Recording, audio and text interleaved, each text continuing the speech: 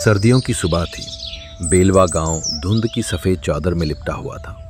खेतों में हल्की ओस मोतियों की तरह चमक रही थी। पर उसी गांव के किनारे बनी एक टूटी फूटी झोपड़ी में गरीबी और भूख ने अपना डेरा जमा रखा था।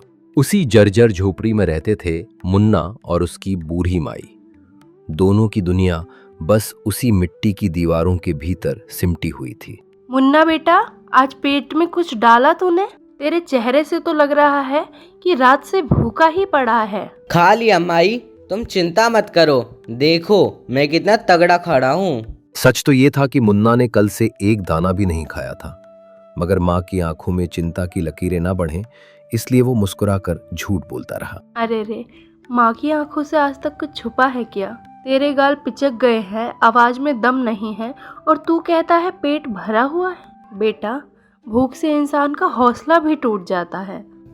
माई, भूख सह लूंगा, लेकिन अगर तू रोएगी तो मुझे सहन नहीं होगा। तू चिंता मत कर, जंगल में कहीं फल फूल मिल जाएंगे। बकरियां चराने के साथ साथ पेट भी भर लूंगा। कब तक रे बेटा, कब तक यह आस लगाए रहेगा कि ऊपर वाला चमत्कार करेगा? आदमी को जीने के लिए रोटी चाहिए, भगवान के भरोसे पेट कब तक भरेगा? बस कुछ दिन और माई, एक दिन भगवान हमारी भी सुनेगा। इतना कहकर मुन्ना ने अपनी पुरानी बांस की लाठी उठाई और बकरियों को लेकर जंगल की ओर निकल पड़ा। रास्ते में चौपाल पर बैठे गांव वाले उसे देखते ही हंसने लगे। अरे देखो देखो, मुन्ना बकरिया वाला आ रहा है। लगता है आज भी खाली पेट जंगल जा रहा है। अरे भाई, गरीब की थाली में कब रोटी ठहरती है? उसका तो साया भी भूखा रहता है। मुन्ना चुपचाप आगे बढ़ता रहा। गांव वालों के ताने उसके दिल में तीर की तरह उतर रहे थे, पर उसने सिर झुका लिया, क्योंकि कभी कभी खामोशी ही सबसे बड़ा जवाब होती है। जंगल पहुंचकर मुन्ना ने बकरियां खुली चरने के लिए छोड़ दी। वो पास की पगडंडी पर जाकर चुपचाप बैठ गया। तभी झाड़ियों से अचानक सरसराहट सुनाई दी। कौन है वहां? कुछ देर बाद उसने पास जाकर देखा, एक सुंदर तोता जमीन पर बैठा था। वो बुरी तरह से घायल था और हाफ रहा था। अरे तुझे क्या हुआ रे? डर मत, मैं तुझे कुछ नहीं करूंगा। मुन्ना ने तुरंत अपना गमछा उतारा और घायल पंछी को बड़ी सावधानी से उसमें लपेट लिया। उसकी आंखों में मासूम दया और अपनापन साफ दिखाई दे रहा था, जैसे वो उस नन्ही जान का दर्द खुद महसूस कर रहा हो। घर पहुंचकर मुन्ना ने माई से कहा, माई देखो, यह पंछी जंगल में मिला, लगता है तोता है, इसका पंख घायल हो गया है। हे भगवान, तोता? बेटा, ये तो पवित्र पक्षी है, इसका अच्छे से ध्यान रखना वरना पाप लगेगा। माई, जब तक मैं हूँ इसे कुछ नहीं होगा। शायद ये हमारे घर किसी कारण से आया है। तो माई, हम इसकी सेवा करेंगे, शायद यही हमारी किस्मत बदलने आया हो। मुन्ना ने बड़े प्यार से तोता के पंख पर हल्दी और तेल लगाया, उसे धीरे धीरे पानी पिलाया और बाजरे के कुछ दाने उसके सामने रख दिए। फिर वो चुपचाप उसके पास बैठा रहा, जैसे किसी अपने की देखभाल कर रहा हो। अब छोड़ दे बेटा, तू खुद ही भूखा है, कुछ खा ले वरना और बीमार पड़ जाएगा। माई, जब तक यह सांस ले रहा है मैं इसे अकेला नहीं छोड़ सकता। मैं ठीक हूँ, तू चिंता मत कर। बेटा, अपनी भी कुछ सोच, खाली पेट कितनी देर तक हिम्मत टिकेगी? अगर इसकी जान बच गई तो मैं समझूंगा आज मेरा पेट भर गया। रात अब पूरी तरह गहरी हो चुकी थी। झोपड़ी में सिर्फ दिए की हल्की लौ टिमटिमा रही थी। माई गहरी नींद में थी, पर मुन्ना अब भी तोता के पास बैठा, उसकी हर सांस पर नजर रखे हुए था। तभी तोता ने हल्की सी हरकत की। अरे तू जाग गया? देखो मैंने कहा था ना, तुझे कुछ नहीं होगा, अब तू ठीक हो जाएगा।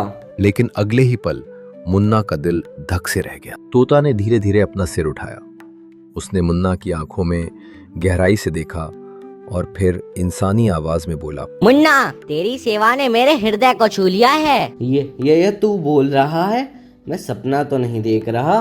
नहीं मुन्ना, यह सपना नहीं है, तूने मुझे नया जीवन दिया है, इसलिए आज मैं तुझे एक वरदान देता हूँ। ये ले, ये लाठी। तोता ने अपने पंखों से रोशनी फैलाई और मुन्ना के पास पड़ी पुरानी बांस की लाठी चमक उठी। उसमें एक अनोखी ताकत भर गई। ये चमक क्यों रही है?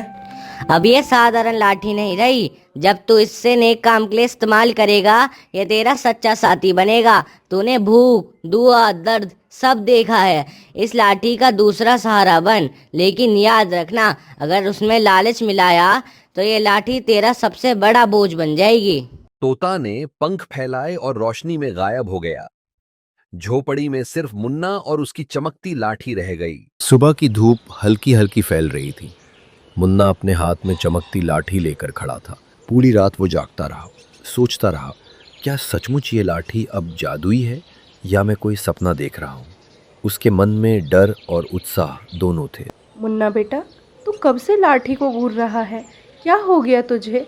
माई, ये वही लाठी है, लेकिन इसमें कुछ अजीब सी चमक रही है। कल रात तोता भाई ने कहा था इसमें कोई ताकत है, मैं तो समझ ही नहीं पा रहा। पगला मत रे, लाठी तो लाठी होती है। हाँ, तूने नेकी की है और भगवान तुझे आशीर्वाद जरूर देंगे, पर इस चमक धमक पर ज्यादा भरोसा मत कर। नहीं माई, अब ये साधारण नहीं रही, आज मैं इसे परख कर देखूंगा। मुन्ना अब बकरियों को लेकर जंगल की ओर चल पड़ा।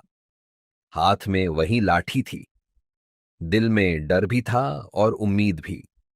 जंगल में बकरियां घास चर रही थीं। तभी झाड़ियों में से गुर्राने की आवाज आई। मुन्ना ने देखा एक बड़ा भेड़िया घात लगाए बैठा था। बाकी बकरियां घबरा गईं और इधर उधर भागने लगी। अरे बाप रे बाप, यह तो सीधा हमला करने वाला है। मुन्ना ने हिम्मत जुटाकर लाठी जमीन पर रखी। जैसे ही लाठी जमीन से टकराई, वहां से एक तेज गूंजती हुई आवाज आई। भेड़िया डरकर उल्टा भाग गया। बकरियां शांत होकर मुन्ना के पास लौट आईं। सच, यह लाठी सच में जादुई है। भेड़िया ऐसे ही भाग गया। हे भगवान। कुछ देर बाद मुन्ना को भूख लगने लगी। उसके पेट में अजीब सी जलन होने लगी। माई और मैं दोनों ही भूखे हैं, काश थोड़ी रोटी मिल जाती। उसने फिर लाठी जमीन पर टेकी और मन ही मन सोचा, थोड़ा खाना मिल जाए। अचानक उसके सामने पत्तों से बनी एक थाली प्रकट हुई।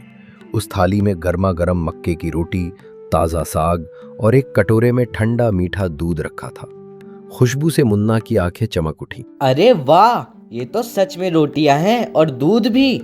शाम को मुन्ना वो रोटी और दूध लेकर घर लौटा। मुन्ना, ये रोटियां कहाँ से आईं? मैंने तो कुछ पकाया ही नहीं। माई, बस समझ लो कि भगवान ने भेज दी। धीरे धीरे गांव वालों को खबर लगी कि मुन्ना के घर चमत्कार हो रहा है। मुन्ना भाई, सुना है तेरे पास कोई ऐसी ताकत आ गई है कि भूखा पेट भी भर सकता है। हमारे बच्चों ने कल से कुछ नहीं खाया। तू गरीब है, हम भी गरीब हैं। तेरा भला हो, हमें थोड़ा सा दे दे।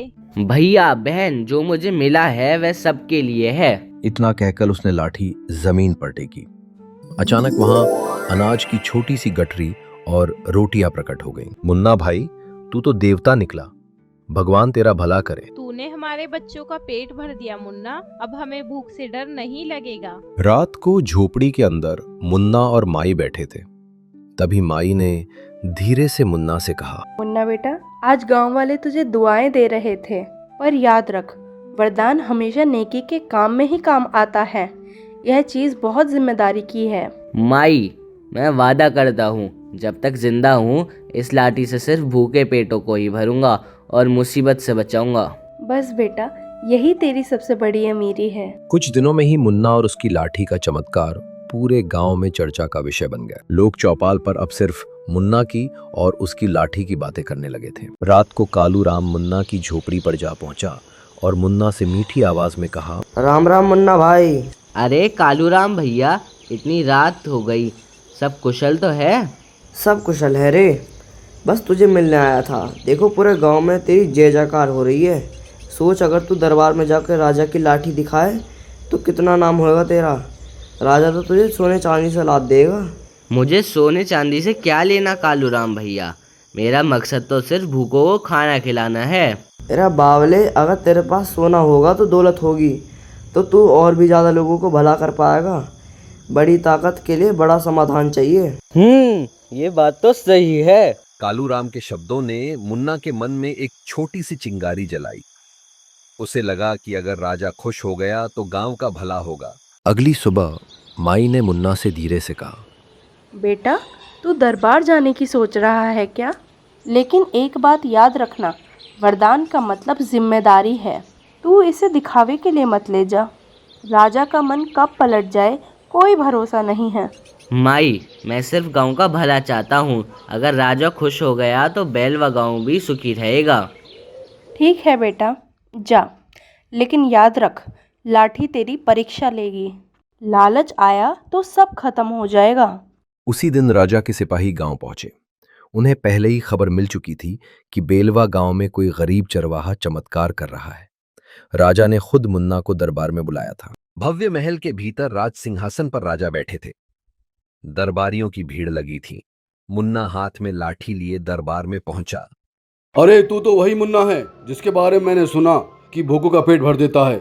जी महाराज, यह सब तोता पंछी का आशीर्वाद है। अच्छा, तो हमें भी अपना चमत्कार दिखाना।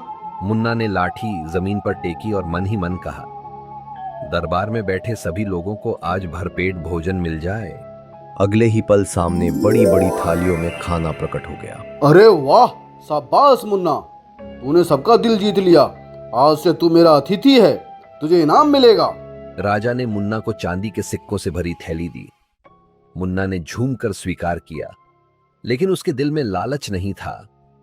लेकिन कालूराम जो दरबार में ही मौजूद था और उसने ही राजा को यह जादुई लाठी वाली खबर बताई थी, अब उसने राजा के कान में फुसफुसाकर कहा, महाराज, ये लाठी तो सोना भी निकाल सकती है।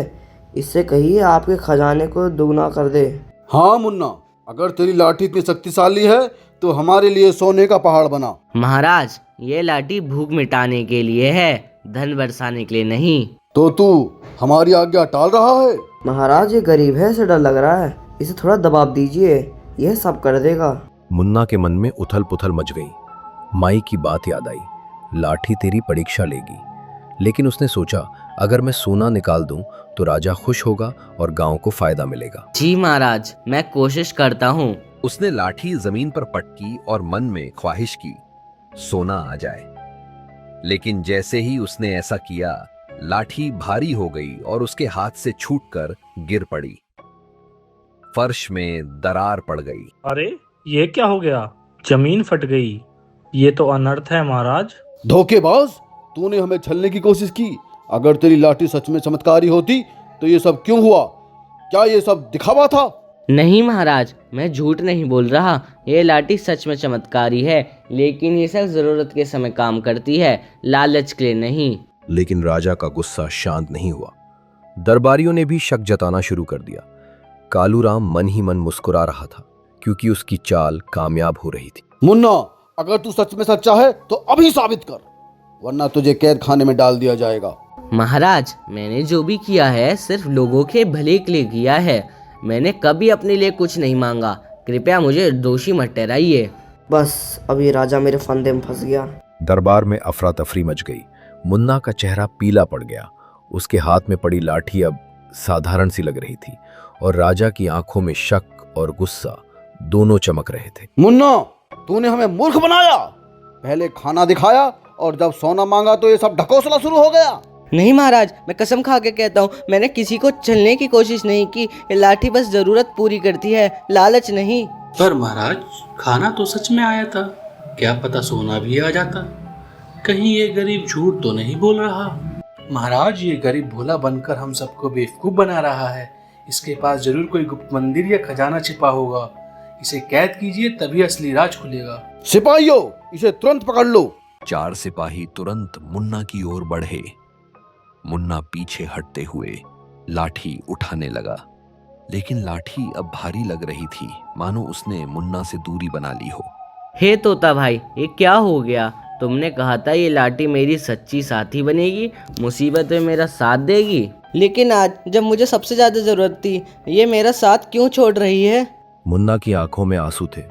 उसने लाठी को कसकर पकड़ा और दिल से कहा, हे भगवान, मुझे झूठा साबित मत कर।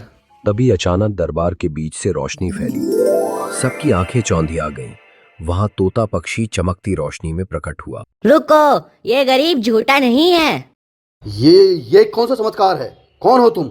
हमारे दरबार में यूं प्रकट कैसे हो गए? मैं वही हूँ जिसने इस चरवाहे को मौत से बचाया था। जब सबने मुंह फेर लिया था, तब इसने अपनी जान जोखिम में डालकर मेरी रक्षा की थी। मैंने इसे ये लाठी वरदान में दी थी, लेकिन एक शर्त के साथ।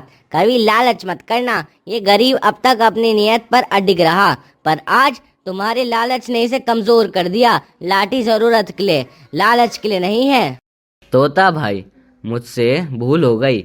मैंने सोचा था अगर राजा खुश होगा तो मेरे गांव वालों को भी लाभ मिलेगा, पर अब समझ गया लालच किसी का भला नहीं करता। सच्चाई ही सबसे बड़ा धन है। तोता का चेहरा कठोर हो गया। मुन्ना, तू नेक है, पर आज परीक्षा में थोड़ा डगमगा गया। याद रख, अगर तूने लालच का रास्ता चुना तो ये लाठी तेरे लिए वरदान नहीं, श्राप बन जाएगी।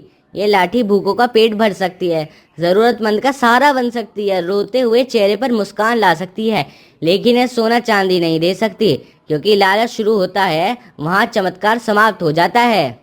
इतना कहकर तोता पक्षी पंख फड़फड़ाता हुआ उस चमकती रोशनी में गायब हो गया। तो इसका मतलब यह है कि यह लाठी हमारे खजाने के काम नहीं आएगी। हम तो इसे बेकार समझते हैं। मुन्ना, तू और तेरी लाठी आज से हमारी नज़र में गुनहगार हो। अगर तूने फिर भी कोई चाल चली तो तेरी जान भी नहीं बचेगी। महाराज, ये गरीब झूठा है और ये वरदान वाली बातें सिर्फ दिखावा हैं। अगर इसे अभी नहीं रोका गया तो ये पूरे गांव और राज्य को उलझा देगा। सिपाहियों ने मुन्ना को धक्का देकर दरबार से बाहर कर दिया। उसकी आंखों से आंसू बह रहे थे। हे भगवान, मैंने तो सिर्फ सबका भला चाहा, पर अब मुझे धोखेबाज समझा जा रहा है। तभी उसकी माई भागकर मुन्ना के पास आई, जो बाहर उसका इंतजार कर रही थी। मुन्ना बेटा, ये क्या हाल बना लिया है तूने? मैंने कहा था ना, दरबार की चमक धमक में मत जाना। माई, मैंने गलती कर दी। मैं भूल गया कि ये वरदान लालच के लिए नहीं है। मुन्ना अपनी माँ के साथ गांव लौटा, लेकिन अब गांव वालों का नजरिया भी बदलने लगा था। अरे देखो देखो, मुन्ना वापस आ गया। सोने का पहाड़ बनाने चला था और अब दरबार से लात खाकर लौटा है। राजा ने तो साफ साफ कह दिया ये सब धोखा है। और हम क्या थे जो इसके पीछे पीछे दौड़ते रहे?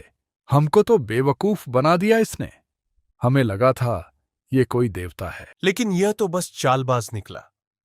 अब अपनी लाठी से हमें चावल रोटी दिखाएगा या धूल झाड़ेगा। कल तक जो उसके पैरों में गिरकर आशीर्वाद मांगते थे, आज वही उसे झूठा, धोखेबाज और चालबाज कह रहे थे। भैया बहन, मैं झूठा नहीं हूँ। ये लाठी सच में वरदान है। मैंने तो सिर्फ भूख मिटाने के लिए इस्तेमाल किया। मैंने कभी किसी का बुरा नहीं चाहा। चुप कर। अगर सचमुच वरदान है तो दरबार में क्यों नहीं चला? राजा झूठा होता है क्या? राजा से बड़ा सच कौन? अगर तेरी लाठी सच होती तो आज हमारा गांव भी सोने से चमक रहा होता। भीड़ ने हंसी उड़ाई। मुन्ना की आंखों से आंसू बहने लगे। माई ने उसे खींचकर घर ले जाना सही समझा। मुन्ना बेटा, मैंने तुझसे पहले ही कहा था दरबार में मत जा, मगर तूने मेरी बात नहीं मानी। अब देख, सब लोग तुझसे मुंह मोड़ रहे हैं। माई, गलती मेरी ही थी। मैंने सोचा था राजा खुश होगा तो गांव का भला होगा, लेकिन मैं भूल गया कि वरदान लालच के लिए नहीं है। अब लोग मुझे झूठा समझते हैं और ये लाठी मेरे लिए बोझ बन गई है। उस रात मुन्ना ने पहली बार लाठी को कोने में पटक दिया, जिस पर कभी उसे गर्व था। अब वही उसकी बेइज्जती का कारण बन चुकी थी। अगली सुबह मुन्ना गांव से बाहर जंगल की ओर चला गया। हाथ में लाठी नहीं थी।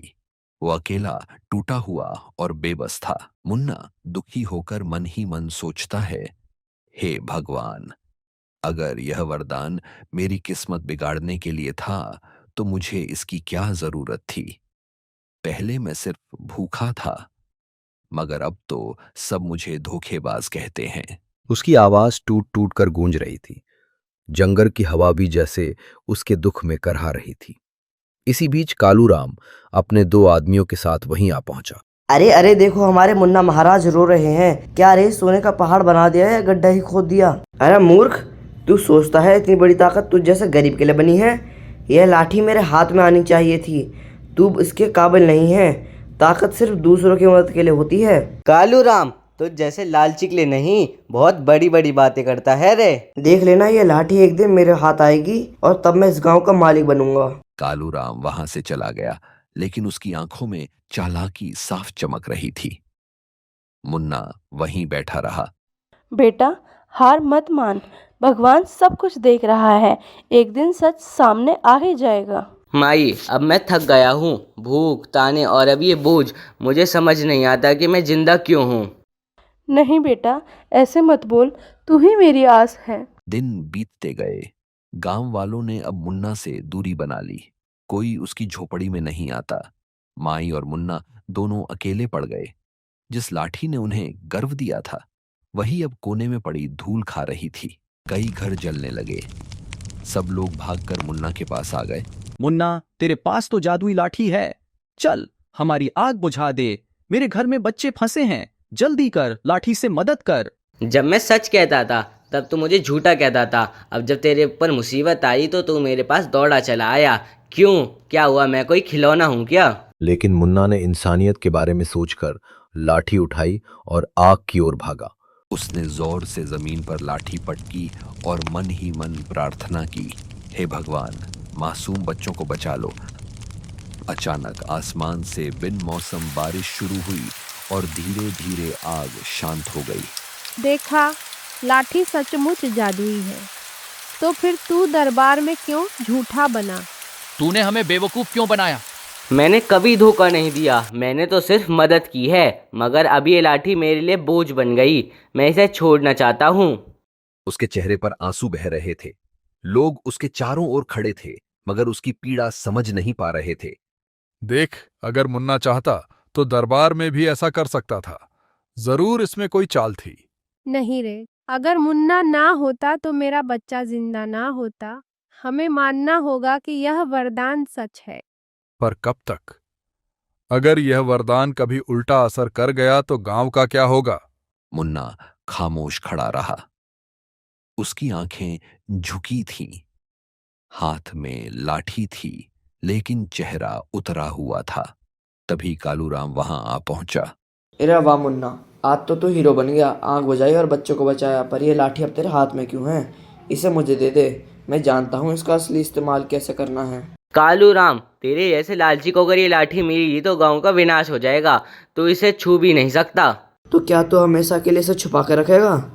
गांव वाले तो ये देवता समझते हैं, पर याद रख, कल को यह लाठी तेरा सबसे बड़ा बोझ बन जाएगी। इतना कहकर कालूराम ने झपट्टा मारा और लाठी छीनने की कोशिश की। दोनों के बीच छोड़ इसे, ये किसी का खिलौना नहीं है। चल हट, यह मेरी होगी, तू इसके काबिल नहीं है। तभी अचानक लाठी चमकने लगी और दोनों को जोर से धक्का देकर अलग कर दिया। हे भगवान, अब समझ आया कि ये लाठी किसी इंसान के लालच के लिए नहीं बनी। बेटा, वरदान कभी किसी के पास हमेशा नहीं रहता। यह तो भगवान की परीक्षा है। तू अभी भी इस परीक्षा में डगमगा रहा है। हाँ माई, मैं हार गया। पहले दरबार में, फिर गांव वालों के सामने। मैं इस वरदान के लायक ही नहीं हूँ। मुन्ना ने लाठी अपने हाथों में उठाई, उसे देखा और जोर से रो पड़ा। उसकी आंखों से आंसू गिरकर लाठी पर टपकने लगे। तभी प्रकाश फैला और तोता फिर से प्रकट हुआ। उसकी आवाज गूंजी, आंसुओं में सबसे बड़ा सच छुपा हुआ होता है। तूने अपने दिल में कबूल किया कि तुझसे गलती हुई, यही तेरी असली बल है। तोता भाई, मैंने सब बर्बाद कर दिया। अगर मैं लालच में नहीं पड़ता तो लोग मुझे धोखेबाज नहीं कहते। गलती हर इंसान करता है। मुन्ना, वरदान ताकत नहीं, जिम्मेदारी है। तू जब तक ये समझेगा नहीं, ये लाठी तुझे बोझ ही लगेगी। बेटा, अगर भगवान ने तुझे मौका दिया है तो तू फिर से उठ, मेहनत और सच्चाई से जी। वरदान रहे या ना रहे, इंसानियत सबसे बड़ा वरदान होता है। मुन्ना ने कांपते हाथों से लाठी तोता की ओर बढ़ाई। भाई, ये लाठी अब मैं नहीं संभाल सकता, इसे लौटा लो। मैं मेहनत करूंगा, भूखा रहूंगा, लेकिन अब मैं इस वरदान का बोझ नहीं उठाऊंगा। यही तो सच्ची जीत है बल्लू। जब इंसान अपने लालच को हराता है तब वह सच्चा बनता है। ये लाठी अब तुझे नहीं चाहिए, क्योंकि तूने असली सबक सीख लिया है। लाठी गायब हो गई और वह खुद भी रोशनी में विलीन हो गया। मुन्ना के हाथ खाली रह गए, लेकिन उसका दिल हल्का हो गया। गांव वाले यह सब स्तब्ध होकर देख रहे थे। मुन्ना, हमने तुझे गलत समझा। तू तो सच्चा इंसान है। तूने वरदान छोड़ा, मगर इंसानियत नहीं छोड़ी। यही तेरी असली चमत्कार है। आज से हम तुझे धोखेबाज नहीं, गांव का सबसे बड़ा सहारा मानेंगे। मैंने कभी धोखा नहीं दिया, मैंने तो सिर्फ मदद की है। बेटा, आखिरकार तूने सही राह पकड़ ली। गांव वाले अब मुन्ना की मदद करने लगे। सब मिलकर मेहनत करने लगे। धीरे धीरे गांव में फिर खुशहाली लौट आई। मुन्ना अब भी बकरियां चराता था, लेकिन उसके चेहरे पर अब संतोष था। शाम का समय था। मुन्ना बकरियां लेकर पहाड़ी पर बैठा था। सूरज ढल रहा था। उसने आकाश की ओर देखा और मुस्कुराकर बुदबुदाया। मुन्ना मन ही मन बोलता है, धन्यवाद तोता भाई, तूने मुझे सिखाया कि असली ताकत लाठी में नहीं बल्कि दिल की सच्चाई और मेहनत में है। क्या आपने हमारा चैनल चेक किया? अगर नहीं किया तो अब कर लो। हमारे पास है मजेदार कहानियाँ, गेम्स और ढेर सारी मस्ती। हमारे साथ जुड़े रहने के लिए जल्दी से नीचे दिए गए लाल बटन को दबाएं और हमारा चैनल सब्सक्राइब करना और बेल आइकन दबाना ना भूलें।